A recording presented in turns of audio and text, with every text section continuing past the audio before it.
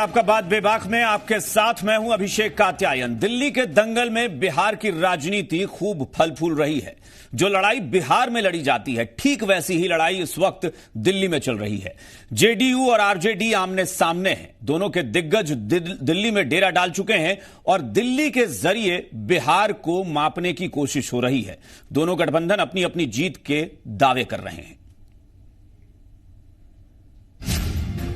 दिल्ली के दंगल में बिहार का एंगल, मैदान में कमल के साथ नीतीश का तीर, कांग्रेस के हाथ के साथ तेजस्वी का लालटेन। जिस राजनीतिक लड़ाई को बिहार में देखा जाता है, वही लड़ाई दिल्ली के दंगल में भी नजर आ रही है। कमल के साथ मिलकर नीतीश कुमार दिल्ली के सियासी रण में तीर चला रहे हैं और बीजेपी को पूरा भरोसा है कि नीतीश के तीर से कमल की सरकार खिलेगी। चलिए अब चर्चा की शुरुआत करेंगे और चर्चा के लिए जो मेहमान हमारे साथ जुड़े हैं उन सबसे आपका परिचय करा देते हैं। हमारे साथ बिहार सरकार के मंत्री और जेडीयू नेता जय कुमार सिंह जी जुड़े हुए हैं, जो कि विज्ञान एवं प्रौद्योगिकी मंत्री हैं। इसके अलावा बीजेपी की तरफ से पार्टी के प्रवक्ता आनंद झा हमारे साथ जुड़े हुए हैं, वो अपनी पार्टी का पक्ष रखेंगे।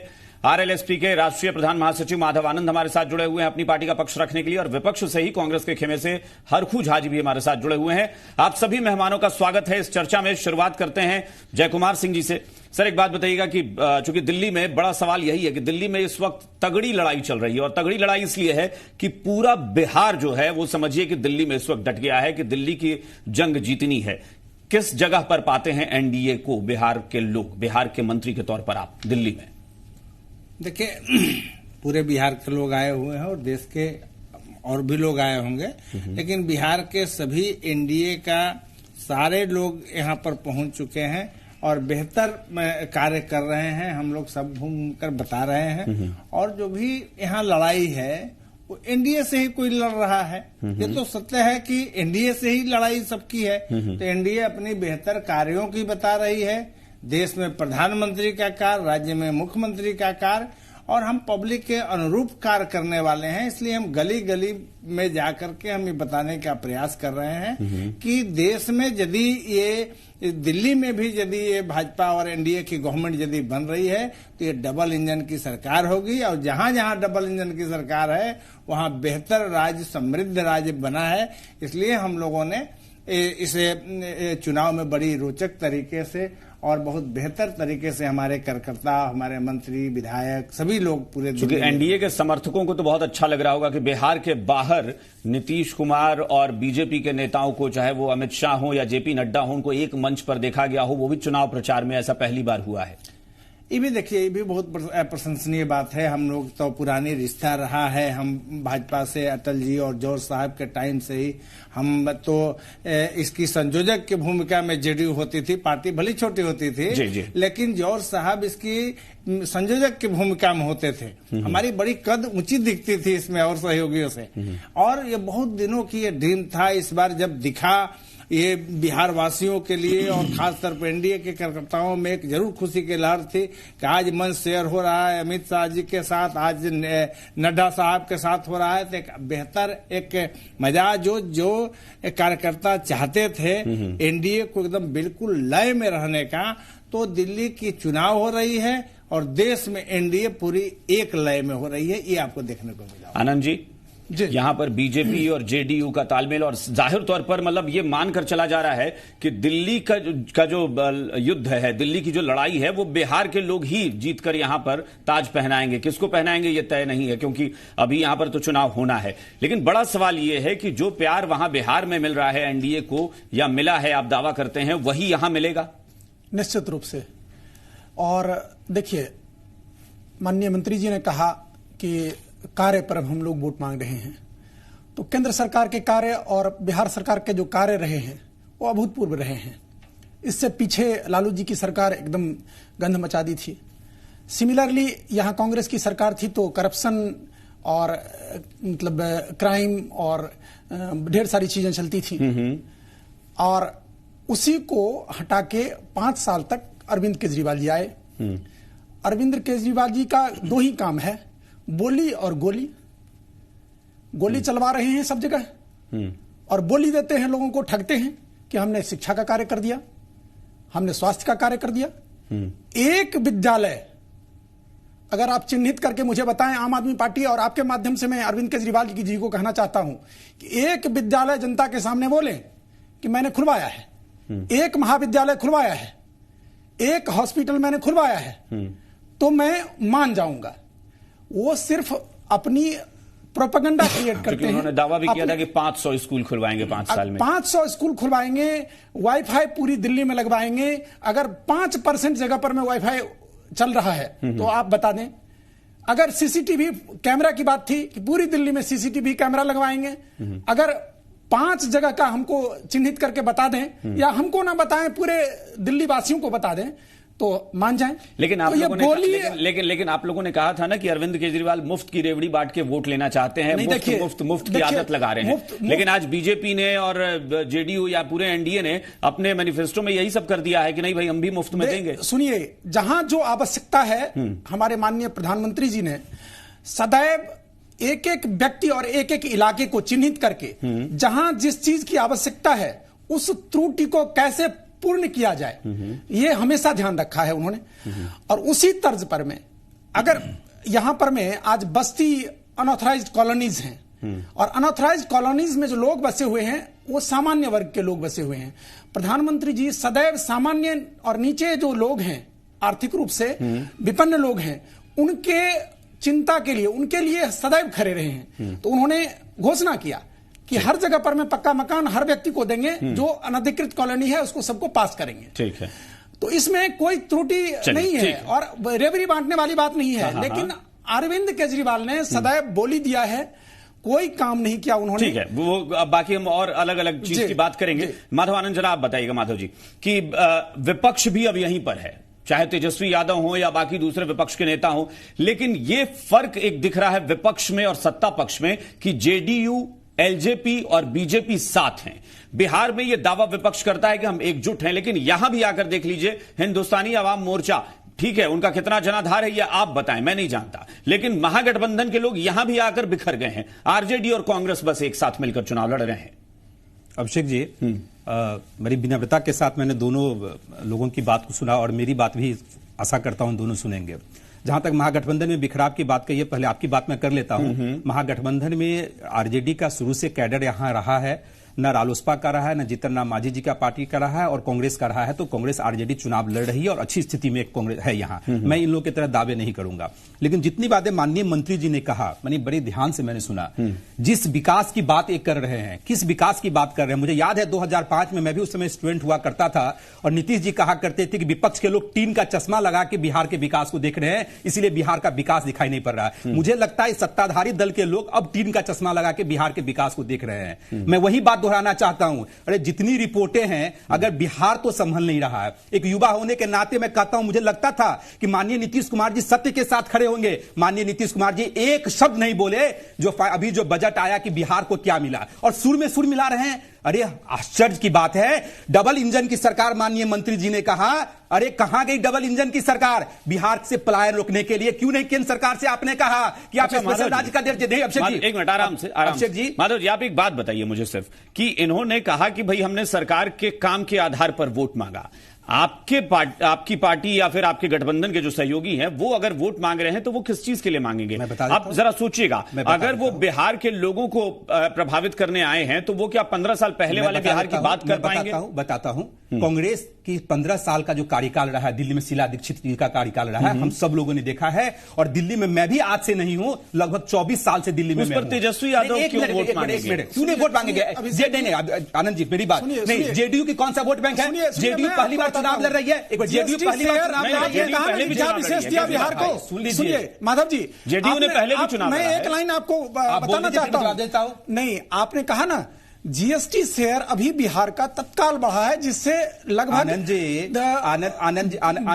जी मैं बताना चाहता हूं 4% बढ़ोतरी हुई है जीएसटी शेयर। आपके चैनल पे बैठे थे, दूसरा मेरी बात बिहार का जो शेयर है उसमें दोनों का मिलना चाहिए। 70,000 करोड़ दोनों का मिलना चाहिए। हाँ ठीक है अभिषेक जी, आपके चैनल पे ही माननीय मुख्यमंत्री जी का मैंने बजट पे सुना था और माननीय सुशील मोदी जी का भी सुना था। कौन से अर्थशास्त्र माननीय सुशील मोदी जी पढ़ के आए हैं मुझे बता दें। मैं तो अर्थशास्त्री होने के नाते अभी बजट पे हम बहस नहीं कर रहे।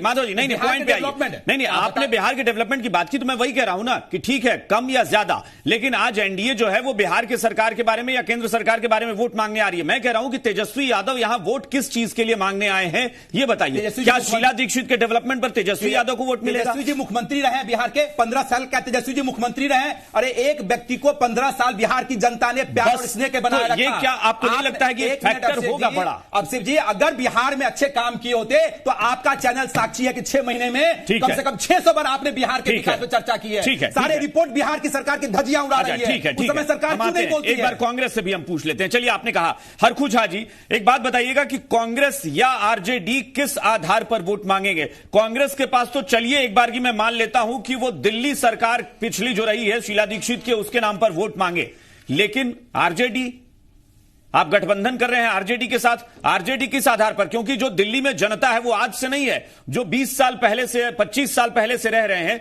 वो 15 साल पहले की शासन को याद करेंगे और कहेंगे कि आरजेडी मांग रही है वोट उसके लिए।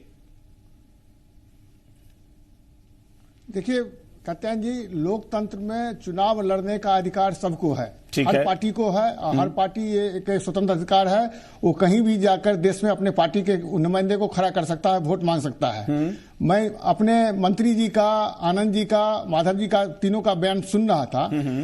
वहां जो दिल्ली में अभी वोट हो रही है, तो दिल्ली का वोट होता है सिर्फ बिहार का ही जो लोग है उस पर नहीं वोट हो रहा है। भारतवर्ष के हर प्रदेश के नागरिक वहां पर बसते हैं, हर देश के विदेश के भी नागरिक वहां पर हैं, जो दिल्ली में वोटर हैं वो भी वोट डालेंगे। तो उस आधार पर वोट होता है। आपने जो अभी क्वेश्चन किया है कि आरजेडी किस हैसियत से मांग रही है, कांग्रेस किस हैसियत से मांग रही है, अरविंद केजरीवाल किस हैसियत से मांग रही है, बीजेपी किस हैसियत से मांग रही है, तो सबका अपना कार्यकाल है। यदि कांग्रेस, हम तो बिहार के एंगल पे बात करेंगे ना हरखू झा जी, अगर कर्नाटक का कोई आदमी दिल्ली में रह रहा है उससे हमें नहीं मतलब, हमें तो बिहार से मतलब है। मैं यही तो मैं अब कह रहा हूं, सुन लीजिए तो उसके बाद क्वेश्चन कीजिएगा। तो बिहार के आदमी जो जी 15 साल कांग्रेस ने ऐसा काम किया जो अभी बिहार का 40 लाख जनसंख्या वहां पर बरसत कर रहा है। और कल मैं नीतीश कुमार का भाषण सुन रहा था कि विधानसभा क्षेत्र में जो गए हैं जहां भाषण देने के लिए, तो उन्होंने कहा कि यदि दिल्ली वाले को मॉडल देखना है तो बिहार का मॉडल देखें। तो भाई कौन बिहार का मॉडल है? यदि शीला दीक्षित ने अच्छा काम किया है तो बिहार का 40 लाख आदमी वहां पर काम कर रहा है। तो यदि आपका 15 साल का शासन बहुत यहाँ बढ़िया है तो वो तो 40 लाख आदमी को लौट जाना चाहिए बिहार। हाँ ठीक है, उस 40 लाख लोगों को बिहार लौट जाना चाहिए, तब ना नीतीश कुमार का शासन अच्छा रहता। तो नीतीश कुमार अपना राजनीतिक डुअल स्टैंडर्ड्स जो रखे हुए हैं, वो कभी एनआरसी पर, कभी सीए पर, कभी किसी पर वो अपना गए हैं। हाँ, एक बात वहां जरूर ये बात साबित हो गया कि अब एनडीए गठबंधन से नीतीश कुमार बिहार में बाहर नहीं होंगे। उनको अमित शाह, जेपी नड्डा और मोदी के नेतृत्व में बिहार में चुनाव लड़ना होगा और उस निर्णायक लड़ाई में बिहार की जनता उनको जवाब देने के लिए तैयार है। ठीक है, नीतीश कुमार पर आपने बोल लिया, आपने एनडीए के बारे में तो आपने भविष्यवाणी कर दी, थोड़ा अपने ही गठबंधन पर बात कर लीजिए। एनडीए के लिए तो यहाँ पर 2 प्रतिनिधि बैठे हैं बात करने के लिए। हरखू झा जी, मैं फिर वही कह रहा हूं, देखिए सुनिए, अभी मैं कह रहा हूं कि दिल्ली की जो यहाँ की लोकल पब्लिक है, लोकल पब्लिक शीला दीक्षित के नाम पर वोट कर सकती है। एक मिनट हरखू झा जी, सवाल तो सुन लीजिए। अरे सवाल सुन लीजिए ना, शीला दीक्षित के नाम पर दिल्ली की लोकल पब्लिक वोट करेगी। आप जो यहां बिहार के लोग उठकर आए हैं, चाहे वो विपक्ष हो या सत्ता पक्ष हो, वो बिहार के लोगों को यहां रिझाने आए हैं, उनसे बात करने आए हैं, वो वोट किस लिए करेंगे ये सवाल है। लोकतंत्र में यही ना पूंजी होता है हमारे। तो वो वोट किस लिए करेंगे? दिल्ली में जो काम वो तेजस्वी यादव को अगर देख रहे हैं तो कांग्रेस को साथ जोड़कर कि भाई पिछले 15 साल के शासन में कांग्रेस भी आरजेडी के साथ रही है। वोट मांगेंगे? आरजेडी तो हमारे ये साथ रह रही है। आरजेडी सेकुलर का एक बहुत मजबूत फोर्स बिहार में है, दिल्ली में भी उसका संगठन है, तो वो हमारे गठबंधन में साथ लड़ रही है। आरजेडी अपने बलबूते पर वहां पर चुनाव नहीं लड़ रही है।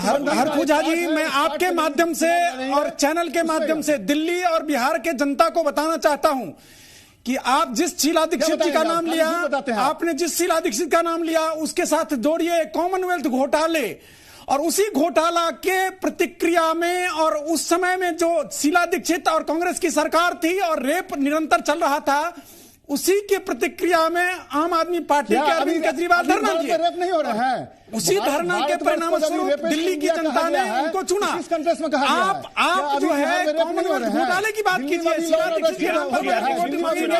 साथ साथ कॉमनवेल्थ घोटाले की बात कीजिए, सरकार में लॉ एंड ऑर्डर की बात कीजिए। आप कांग्रेस वाले किस मुंह से वोट मांगते हैं? ठीक है आनंद जी, एक मिनट हरखुजा जी आनंद जी एक मिनट हरखुजा जी एक मिनट आराम से सब लोग बात करें। ठीक है मैं आपके पास फिर आ जाऊंगा ना भाई, सवाल जवाब तो चलेगा ना हरखुजा जी, सवाल जवाब चलेगा। एक मिनट थोड़ा पेशेंस रखिए, एक मिनट मंत्री जी के पास एक बार फिर से चलेंगे। सर एक बात बताइए, क्योंकि बहुत आरोप प्रत्यारोप हो रहा है, लेकिन इस बीच में वाकई ये सवाल उठता है कि भाई बिहार के नेता अगर आए हैं, एक मिनट हरखुजा जी प्लीज, हरखुजा जी एक मिनट रुकिए, फिर आपके पास आऊंगा। थोड़ा सवाल जवाब होने दीजिए ना सबसे, आपके पास फिर आएंगे। मंत्री जी एक बात बताइएगा, क्योंकि ये आप भी आए हैं या नीतीश कुमार आए हैं या तेजस्वी यादव आए हैं, तो जाहिर सी बात है वो पंजाब या हरियाणा की जनता को यहां लुभाने नहीं आए हैं, वो बिहार की जनता से बात करने आए हैं। तो वहां पर मुद्दे होंगे कि बिहार के लिए वो क्या बात करेंगे। सवाल शीला दीक्षित का उठा रहे हैं कि शीला दीक्षित के नाम पर वोट पड़ेगा। अब जाहिर तौर पर शीला दीक्षित अपनी सीट भी हार गई थी, ये सब लोग जानते हैं। अगर इतना ही अच्छा काम था और इतना ही जनता को पसंद था तो, लेकिन इनका यह कहना है कि 15 साल सिर्फ नीतीश कुमार का शासन जनता देखेगी और इसलिए वोट करेगी, यानी वो पहले आरजेडी का शासन नहीं सोचेगी। आपको लगता है ऐसा? देखिए एक बात ये बोल रहे थे हरखुजा जी कि भाई बेहतर काम हुआ होता तो पलायन रुक जाता और यहाँ दिल्ली के लोग वापस चले जाते। मुझे समझ में नहीं आता है कि क्या कंसेप्ट है।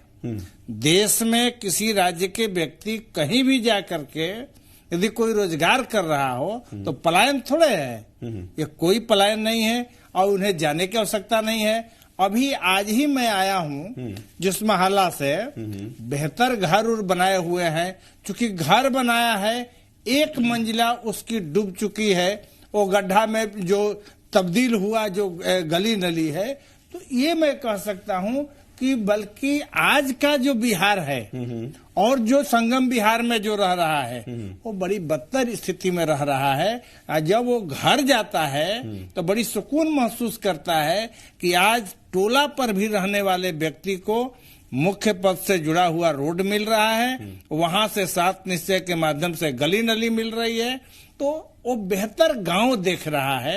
मैं कल एक भाषण में ही कहा था कि केजरीवाल जी को अब बिहार भ्रमण करना चाहिए। जो नीति हम गांवों के लिए बनाए हैं वो नीति भी यदि दिल्ली में शहरों के लिए लागू करते तो भी बेहतर संगम बिहार और बुरारी जैसे जगह हो जाता। और जहां तक इनकी सवाल है तो हम तो कोई कमेंट ही नहीं कर रहे हैं कांग्रेस पर या कोई अन्य दल पर, चूंकि ये तो कहीं है नहीं, तो इन पर तो कमेंट भी करने लायक नहीं है।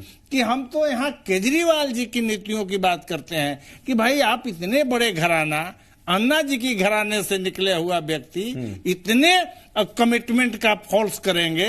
आप कमिटमेंट का यदि आप कोई वैल्यू नहीं रहता है तो आप पर बहुत ये होता है कि अन्ना जी भी बदनाम हो रहे हैं। मतलब आपने ये बड़ी बात कर दी कि जो शीला दीक्षित का नाम लेकर ये चुनाव में जा रहे हैं, लेकिन आपको लग रहा है कि नहीं कांग्रेस को तो हम फाइट में नहीं मानते, कहीं है ही नहीं, इनकी चर्चा भी नहीं कर रहे हैं और ये कहीं लड़ाई में दिख ही नहीं रहे हैं। इनकी तो सारी वोट ही शिफ्ट हुआ है। देखिए हमारा भाई एनडीए का वोट कोई नहीं छीन पा रहे हैं। हम एनडीए की वोट की गोलबंदी हमारी है। हम इनकी वोटों में थोड़ी सी सेंध लगाने की जो प्रयास करते वही वोट केजरीवाल जी शिफ्ट किए हैं। केजरीवाल जी का अपनी कुछ नहीं है, कांग्रेस की नाकामी, कांग्रेस की वर्करों का काम न करना, नेताओं में लोगों का विश्वास न होना, ये वोट शिफ्ट कर गया केजरीवाल में जो आज सरकार बनाए हैं। तो हम तो केजरीवाल जी पर कमेंट कर रहे हैं और केजरीवाल जी की नाकामी गिना रहे हैं, कांग्रेस की चर्चा भी नहीं कर रहे हैं। आनंद जी, मुझे लगता है कि ये विपक्ष को डिमोरलाइज करने के लिए इससे ज्यादा नहीं हो सकता है। मतलब अब विपक्ष हतोत्साहित होगा या विपक्ष अब आक्रामक होगा, क्योंकि मंत्री जी ने जिस अंदाज में कहा। हाँ मैं एक मिनट आ रहा हूं, पूछ रहा हूं, क्योंकि अब भाई अब देखिए सत्ता पक्ष और विपक्ष में वार पलटवार होगा। इन्होंने आपको डिमोरलाइज करने की कोशिश की। आनंद जी ये कह रहे हैं, मंत्री जी का कहना है कि कांग्रेस तो फाइट में है नहीं, वो कांग्रेस क्यों बौखला रही है, क्योंकि हम तो हमला बोल ही नहीं रहे हैं कांग्रेस। निश्चित रूप से कांग्रेस किसी भी तरह से स्थान अपना नहीं बना पा रही है और कांग्रेस ये सपोर्ट इसलिए कर रही है, जैसे शाहीन बाग में आम आदमी पार्टी भी सपोर्ट कर रही है और कांग्रेस भी सपोर्ट कर रही है।